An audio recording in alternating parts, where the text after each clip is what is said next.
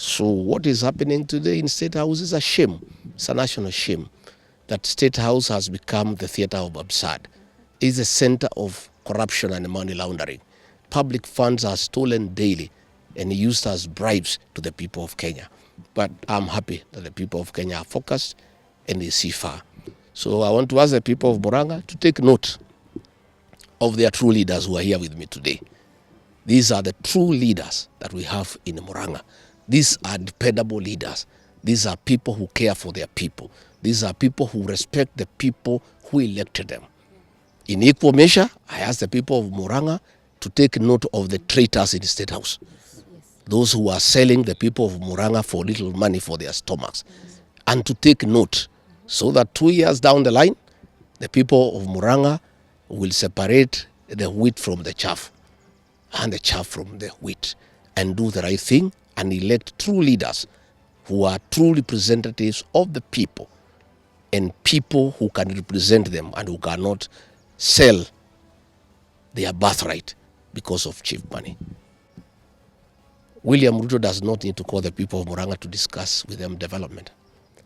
I was with him at Kakoigo grounds and I was a guarantor of William Ruto to the people of the mountain, and we signed an economic charter with the people of Murang'a. 3 years down the line, he has done nothing about it. It is unnecessary to pretend to call the people of Murang'a to discuss with them development. There is nothing he has done in 3 years. There is nothing he'll do in the next 2 years. Therefore, those people who went there, you do what we agreed. There is a saying in our community that you cannot bury an elephant with his tusks. Please take that money and use it when you go back home. And don't just eat that money alone. Share with the people of Murang'a whom you left behind. But don't sell your conscience, don't sell your soul. Because if you do, the people of Murang'a will punish you. They'll punish you and punish you in a very big manner. What is happening in State House is a choreography. It's a strategy by William Ruto to divide the mountain. The other day he called the people of Kiambu and told them to remove themselves to the rest of the mountaineers. The other day he called the people of Meru and told them to remove themselves from the other mountaineers. Even today, he is cheating the people of Murang'a that they have never led and it's their time to lead. And we know for sure he has prepared a small blue wheelbarrow to confuse the people of Murang'a so that he can cheat them to have a presidential candidate whom he is sponsoring, whom he is spending money on to come and divide the votes in Murang'a. Unfortunately for him, the people of Murang'a are wise people. Many times people have tried to confuse the people of Murang'a, but they have remained forever focused. These are people who are extremely focused and they can see through the scheme of William Ruto of trying to create division among the mountaineers. I want to call our people to stay united and to know that our strength is informed by our unity as a people. Let our people stay focused. Let our people not be swayed by small money and by bribes that are taking place in Kenya. And I want to thank these leaders because they have come to me with a message from the people of Murang'a that they have very clear instructions to dissociate themselves with bribery and corruption at State House. And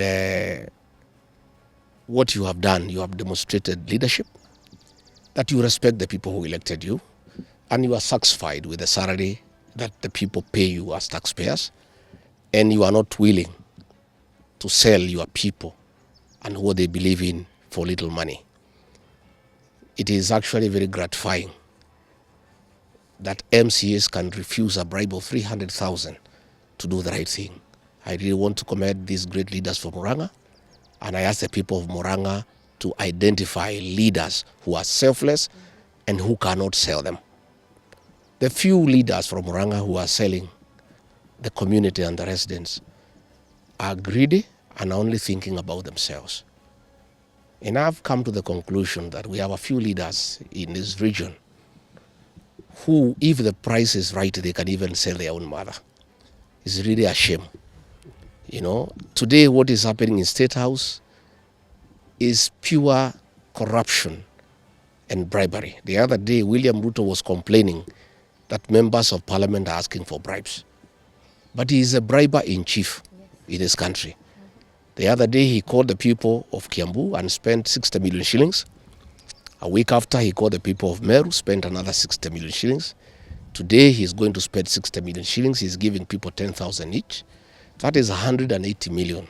When hospitals in Murang'a have no drugs, when people are suffering because SHA is not working, when university students are at home, when students from secondary schools are at home, primary schools are not functioning because there is no money for capitation. All this money has been stolen and diverted for corruption and bribery. And State House has become a scene of crime. We want to tell the people of Murang'a not to worry because you have good leaders. And I am very encouraged that even in this difficult situation where William Ruto is using all manner of strategies to confuse people with money that is stolen, there are great leaders from Murang'a who have stood firm and said no.